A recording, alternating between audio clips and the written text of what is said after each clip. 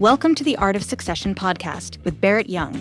Join us as we explore the strategies, stories, and insights that shape the journey of leadership transitions and business success. No matter where you find yourself along the journey, this is the podcast where you'll find the tools to make it happen. I was learning a lot of things at the same time as trying to teach them as we're growing and hiring. And so I knew that I wasn't the right leader for it anymore. And so that's when we started looking at what that transition would look like. I understand those, and I already expect those questions. Like, you're probably thinking this, and this. Getting that buy-in of trust. I'm not here to make your life harder. I'm here to make your life better. Welcome back to part 2 of my interview with David Forster. If you want to watch part 1, where David shares about scaling and selling 2 landscaping businesses from scratch, you can catch that right here. Otherwise, let's get back to our episode. Talk to me a little bit about that, because you said you wanted to help business owners to cycle, and you know business owners now, having run 2 companies for about 4 or 5 years each. How do you make that introduction? Hey, you're pressed for time. You need to get out and take a 2-hour bike ride. Yeah.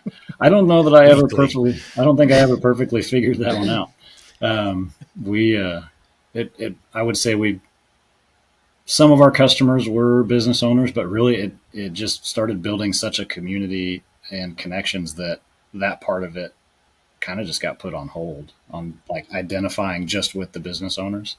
And that was, it was kind of a disappointment. I wanted more, but what you just asked is an extreme struggle in that sales process and helping identify the time for that. And, now I have a lot better grasp on it, but starting out, it was just, let's get more people on bikes, kids, adults, I don't care. Let's just make the culture of this small community that we're in, and then try to push it from there. Mm-hmm. And, but when you said inventory, some eyes get big, like, oh, like that's a whole different retail and inventory management, cash flow. We've got a lot more overhead, with a space to rent. Bikes aren't small, and we learned that fast. So outgrew our first space very quickly, stuck it out for the rest of that lease, and then finally we're able to move up. And so just a different process. And Yeah. And bikes from a bike store are not a cheap thing to keep on inventory either. Right. So, the cheap bicycles are, $1,500, $2,000. So, and sizes and colors and models, and like, you end up with, during the pandemic bike boom, we got inundated at the end of it with too much inventory. At that point, we had somewhere just over 300 bikes in the store at one time. And it was like, we don't need that. Because a year leading up to that, you probably couldn't get bikes fast enough because so many people were buying them. So didn't see the end of that. And so you ended up overstocked when it kind of, like, everything compressed. It wasn't coming. And then when it came available, it all came available. So it just at once, and it was like, whoa, no, I needed that spread out. Hold on a second. So thankfully we were able to cancel a big portion of it, but some people weren't. And it was a hard season. Okay. Gotcha. So you ran that one for how long? Little over 7 years. Okay. Yep. And obviously saw success in that. What was the hard part of that you kind of wished I should have gone back to landscaping? Were there ever any of those moments? Yes. What did you face there besides COVID? I mean, obviously that's a huge one. So you as a business owner, though, I mean, what are some of the realizations that you're having and the growth and the stretching for that? Yeah. Systems. It really, even as systematic as my mind is, like, it just really pushed me, because they weren't systems that I learned from my dad on the farm. Like, in landscaping, I just kind of knew everything, right? I knew what tool to use and how to do this and how to do that. And so it was just lead by example and train. Whereas this, I was learning a lot of things at the same time as trying to teach them as we're growing and hiring. And we actually opened a second location for a little while. And that was an interesting experiment. It was really good intentions, really good idea. Could have been amazing. It just was the wrong timing. So I'd learned a lot through that too. But the systems of retail and service together, how those two things cooperate with each other to empower each other and or really hurt each other, how much that can happen. And the difference in, on the ticket side of things, you've got bikes can range anywhere from, $400 or $500 to $20,000 for a full custom like triathlon bike with electronic Bluetooth shifting and carbon everything. And so there's just such a wide scale of knowledge needed, and then a mechanical aptitude needed on the service side as well. And there's not a lot of standardization. Every brand has its own unique thing. And so that the systems to make the learning curve as palatable as possible. So employee systems specifically, training and hiring and getting them up to speed quickly. Talk to me a little bit about that, just what a system in that kind of environment looks like.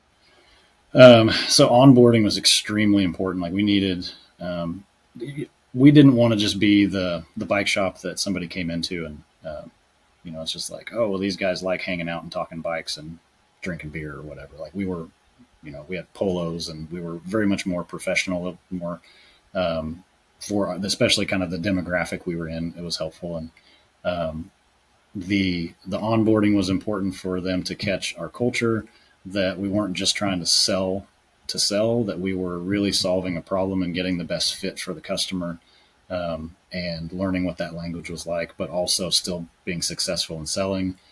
And then on the service side, the excellence and the detail that's needed to kind of under promise and over deliver, which has always been my MO on everything.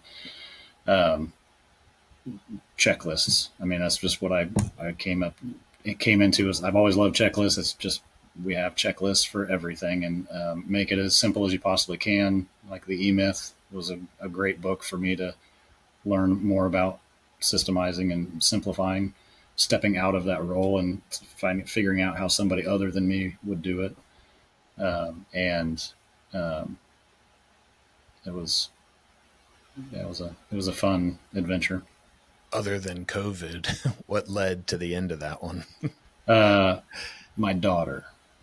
Okay. Yeah, she in a good way, in a very good way. So we'd been married 14 years at the time. Didn't know that we could have kids. Had tried for a long time. Did all the testing you could do, and everything seemed normal and all that stuff. And then my wife went in and did some blood work on just a doctor visit to figure out some stuff. She just didn't feel good. They said, well, do you realize you have this thing called the MTHFR gene mutation, and your body doesn't process folic acid the same, and it can cause this list of little symptoms that most people just say, oh, I'm just getting older. Well, on that list was difficulty conceiving and miscarriage and these other things, and along with Alzheimer's and dementia, blah blah blah. And so some serious things, but nothing that you can really correlate back. Oh, that's what it is. And so because we were like, oh, well, maybe we could have kids. They said, well, you should get tested too. I grew up on a farm. I'm fine. Well, I ended up having it as well. Made a shift in our diet, which was a really simple shift to make. But 2 months later, she was pregnant. Wow. So life changed, right? And then about 2 weeks after her daughter was born, her sister passed away. And unexpectedly, she had been having some health stuff, but it was not expected, and she was only 43. So that was a huge hit right after having her. And about 9 months later, my dad passed, and so we just got hit with like really intense, like, what are we doing? Right. Mm-hmm. I had just turned 40. I'm not a young dad. Right. So I just turned 40, lost my dad. She lost her sister. And we now had our little girl, who was amazing and such a blessing. And she's great. So I wanted to spend more time with her and more time with family and retail hours. As we had great systems in place, I had an amazing team. They would have let me go, to do whatever I wanted to do. But I knew that wasn't long-term, wasn't going to be a lifestyle that was going to support the business in the way that it needed to. So I knew that I wasn't the right leader for it anymore. And so that's when we started looking at what that transition would look like. Okay. Wow. When it rains, it pours, right? Right. Yeah. So this is about 2-3 years ago. That all started. My daughter just turned 2 in February. Okay. So, wow. I mean, you got to do something next. It's not retail. So yeah. did you have that idea in mind when you started considering selling, or did you say we're just going to sell and possibly go back and get another job, or what's that Yeah. look like for you? I was having some discussions because I didn't have the clarity of this is why we're leaving this one to do this one now. And so I had some discussions with some connections I had for some different roles and different positions.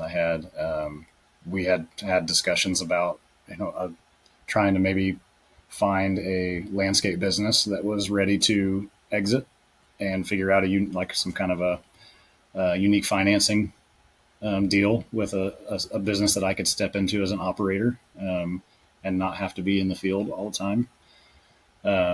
And none of that stuff played out, but it did play out on the sales side, for the shop in a good, like a way that was good for the shop, good for the community, good for the team. And so it was a little bit of an unknown stepping out on that one.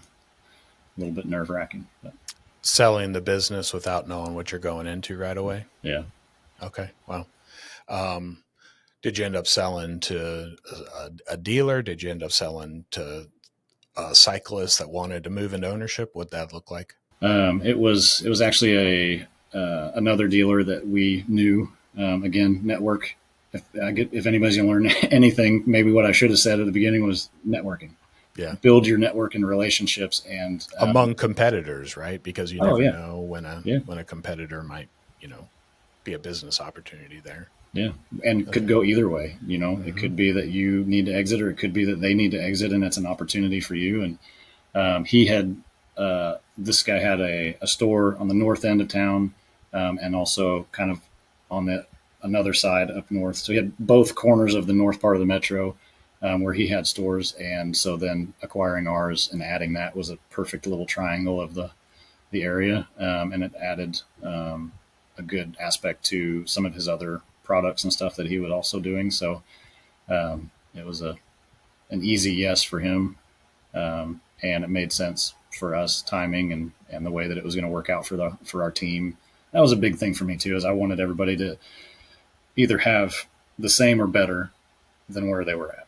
I didn't want it to be where we were, putting anybody in a position of having to make a decision. Mm-hmm. So, okay. So what ended up being next for you? Here we are.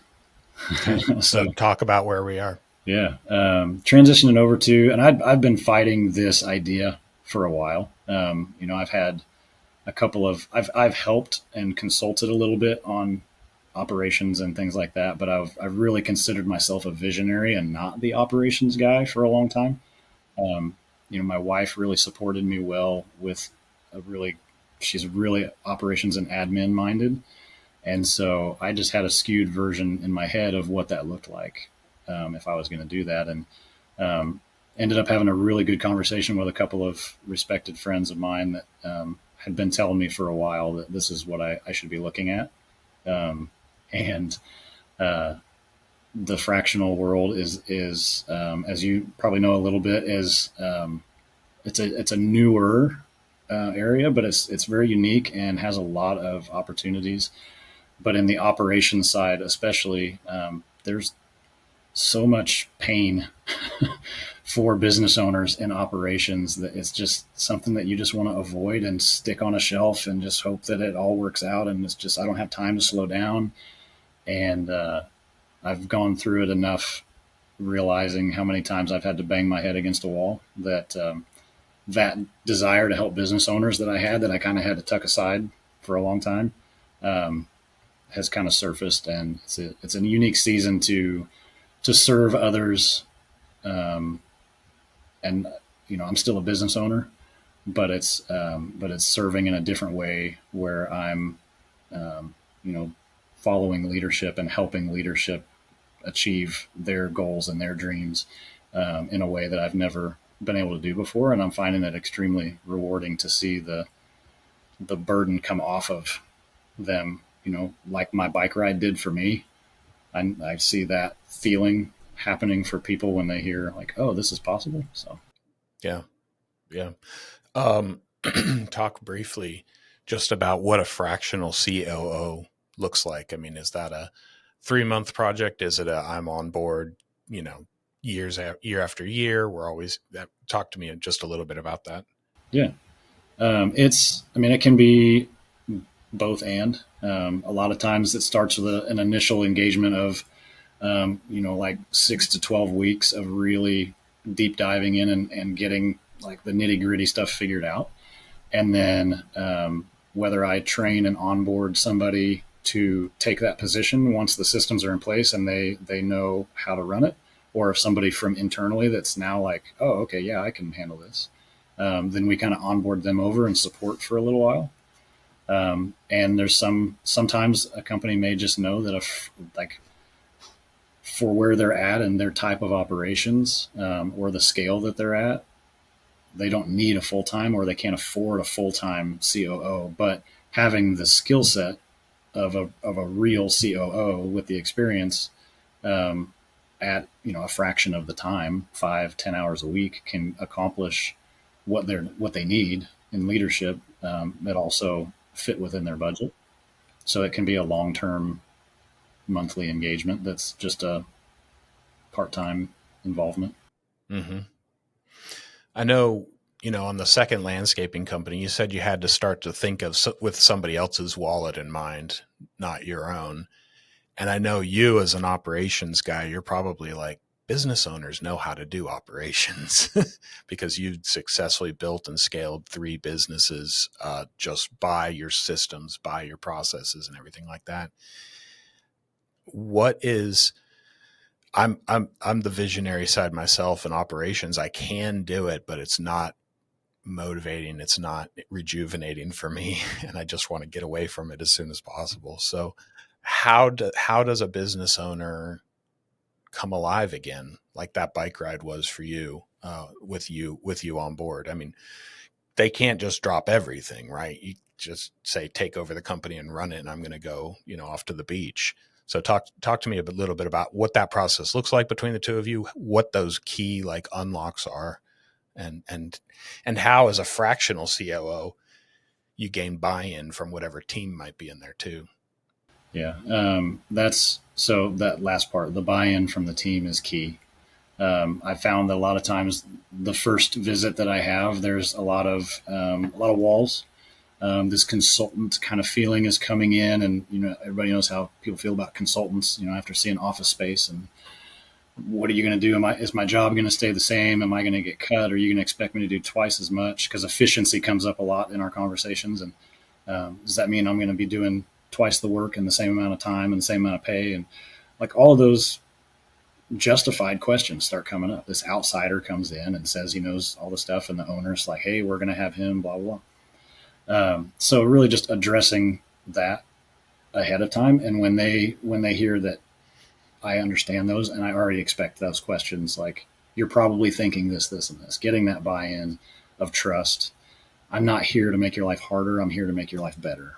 I'm going to take what felt chaotic for a long time, and maybe you just got used to it, and it doesn't seem like chaos anymore because, well, that's just how it is around here. That's how we do things. Like, well, let's make some adjustments. And it's not an overnight. I know we're not going to rip the Band-Aid off, but it's start small and start to see those wins. And it works for the team as much as it does for the owner as well.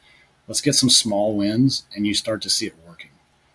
And you start to feel that, like, oh, maybe what he painted as this dream of, like, I will have the free time to work on the business instead of in the business, whatever.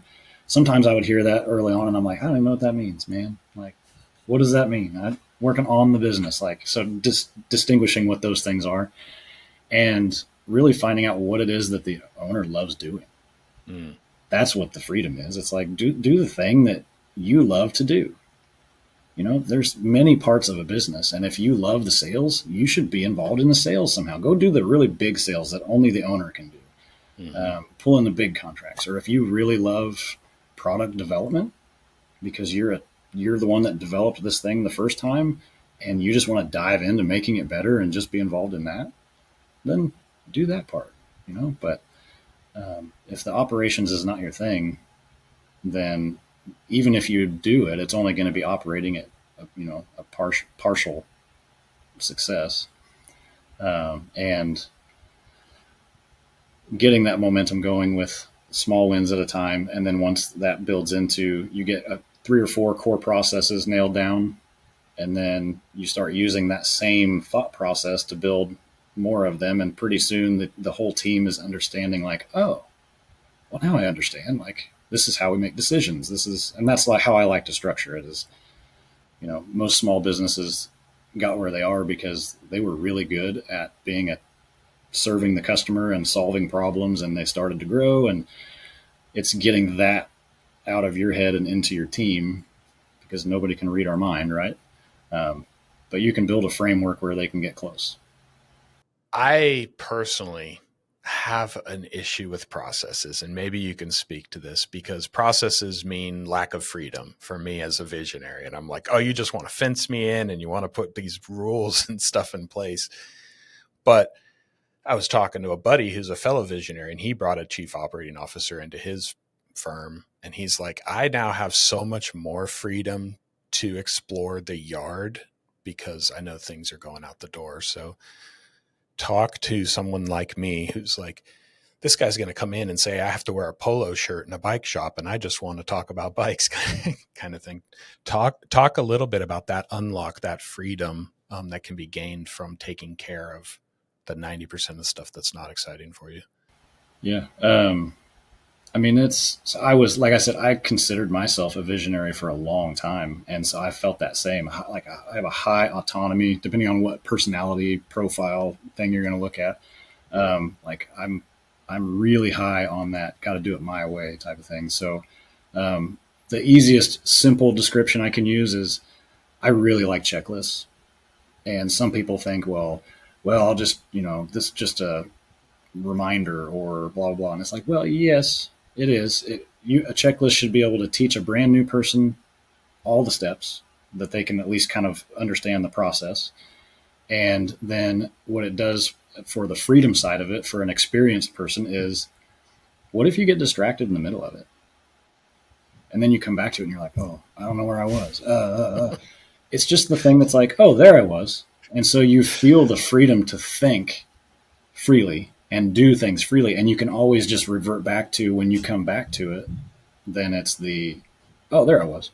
Yeah, this is how it's done. Okay. So chase that rabbit trail just a little bit and be able to pick up right back where you left off. Yeah.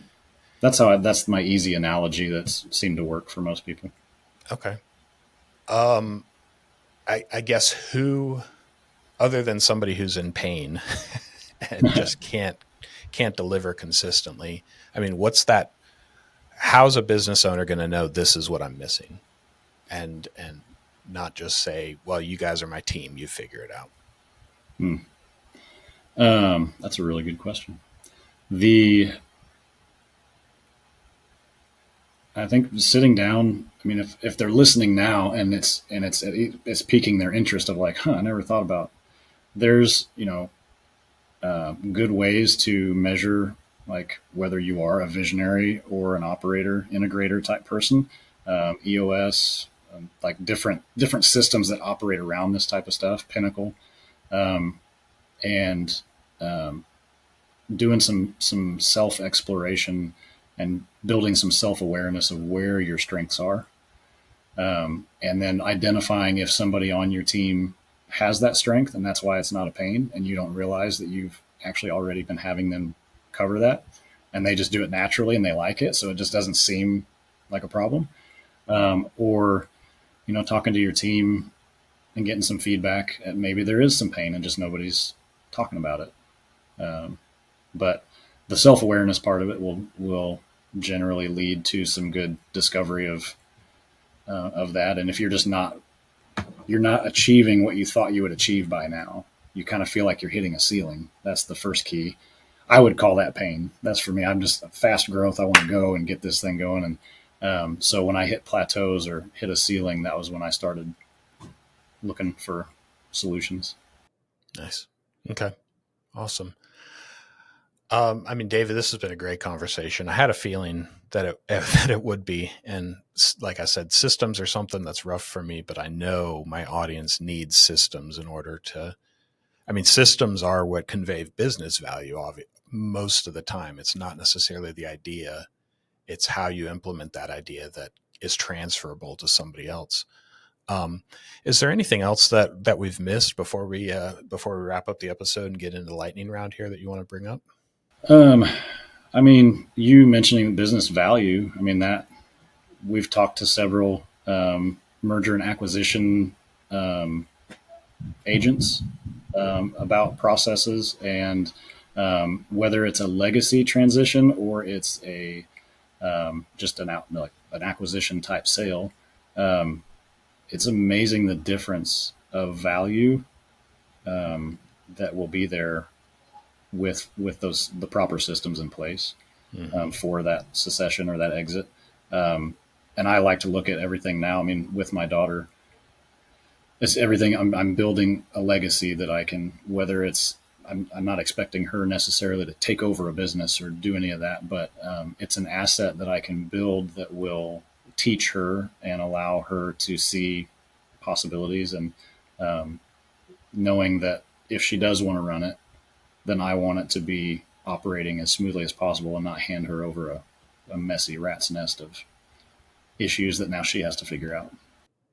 This one just came to me. You said you were like the outsider, the consultant coming in and my job's at risk kind of thing. But I think it also gives you context. It gives you a little bit of independence too, of putting the business owner and their team on the same, in the same position of we're here to improve this. So you can be like the objective, this is what needs to be fixed. And the business owner say, oh, wow, I guess we got to fix it kind of thing, rather than them being the bad guy. Is there a little bit of that probably in the role too? Yeah. Yeah. you're playing a little bit. They brought you in, so it's not like you're doing anything opposed to what they want, but yeah, it is like, no, let's make David happy and let's get this process fixed. It helps being that third party view. And I think that's an exciting part for me as well is, from being inside my own businesses, I know the things that you just kind of glaze over and avoid and justify. And so I can bring that perspective as a previous owner of multiple things to come in and say, hey, are we looking at this right? Or do we, but also approach it with, a compassion level, because I know, like, I'm not just coming in some guy that's never been in your position before. So it really molds those two together nicely. Yeah. Yeah. It definitely plays to your strengths of relationship and what's best for the team. And, not just make this happen and forget what everybody else thinks kind of thing. And it probably also still plays into a little bit of that visionary side of you too, because you get to step into new businesses and figure out how they're run every new client. So that's got to be a lot of fun. That would excite me. So, that's what I love about this podcast is getting to put on the shoes of somebody in that kind of company and talking through some of these things. So, yeah. Awesome, David. I really appreciate you just sharing with us. If there's nothing else, are you ready to jump into the lightning round? Let's do it. Okay.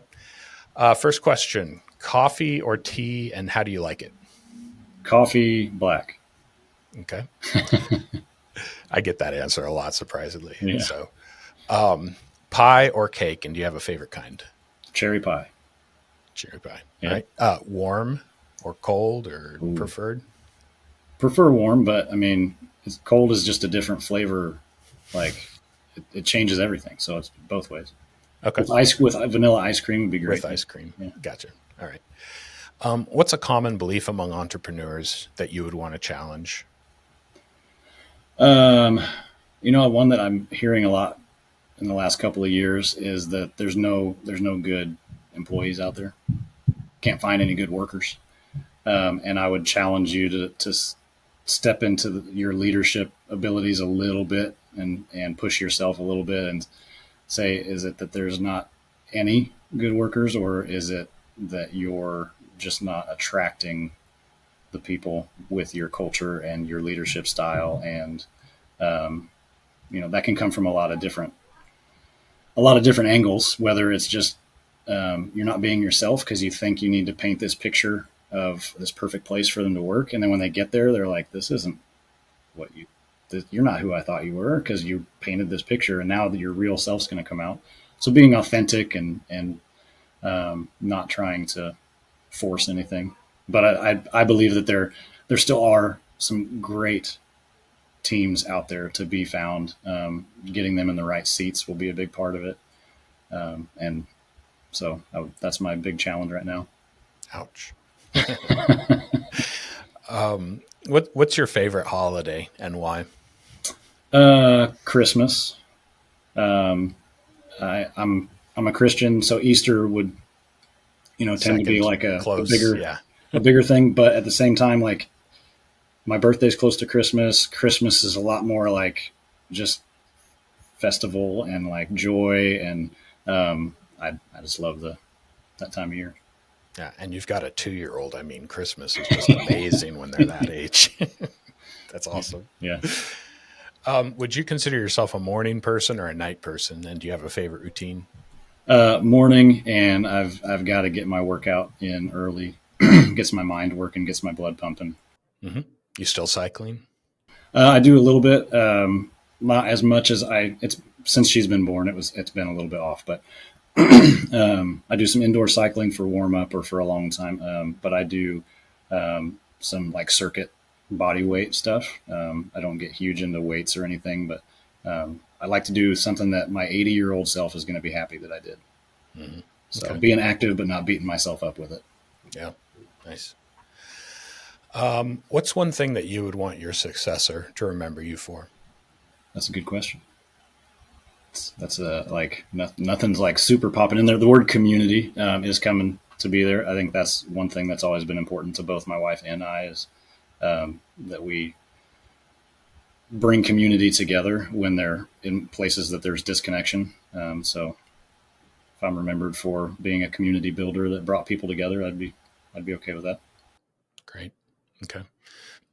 Where are you finding creativity right now? My morning, actually like when I'm not doing a bike warm up, I do a ruck, like a weighted vest, and just go walk like 1 mile to 2 miles around our neighborhood through the park and stuff. And it's super quiet at like 5:30 in the morning. And so that has been really refreshing. And I've had a lot of really great time of like reflection and thinking and creative time for solving problems for prospects and clients and stuff like that. Nice. Yeah. I've been enjoying rucking too. If I don't feel like I can run, I can at least walk. So nice. What's something that you have coming up that's got you really excited in the next year or so? I'm searching for a challenge of some type. Right. So I came off the cycling world a little bit where I've done a 100-mile ride. I've done that stuff. There's some bigger challenges. I mean, an Ironman or like, they do a lot of the ultra marathon cycling stuff too. So there's still challenge there, but kind of looking for something different. And I haven't really nailed it down, but I know at some point in the next year, whether it's if I do an Ironman or I do like a Tough Mudder or something of that, something physically challenging, but also mentally challenging. I know that I can sense that that's kind of on my horizon here in the next 6 to 12 months. So I'm excited to see what that comes up. Yeah, I'm of the same mindset. I always have to have something in the future that I'm training for, something scary, seemingly impossible, that it's like you need to get out and train so that you don't die on the road kind of. Yeah. Awesome. Very good. David, where can people go and find out more about you? Yeah. Easiest place is Facebook. Just look me up on Facebook. My actual key tag or whatever you call profile tag on it is R David Forster. And that will get you where a lot of my tips and comments, but I hang out there quite a bit to communicate. Or they can email me. It's at dfscales.com. And if they're interested in, I've got a couple of really great templates that if they're interested in like how to make a role description or just somehow to get their systems a little more clear and accountability there, I'm happy to share some of that stuff. Great. Yep. We'll link that in the show notes along with your website. Cool. Well, David, I appreciate the conversation. This has been a joy fun for me. So thank you so much. I appreciate it. I hope that you've enjoyed my episode with David Forster as much as I have. Here on The Art of Succession, we interview business owners with their own succession stories twice a month. If you're interested in being a guest on the show, you can find our interview form link down below. If you've found this episode helpful, I'd ask that you please share it with someone else, and you'll probably like this episode next. But I want to thank you for watching The Art of Succession.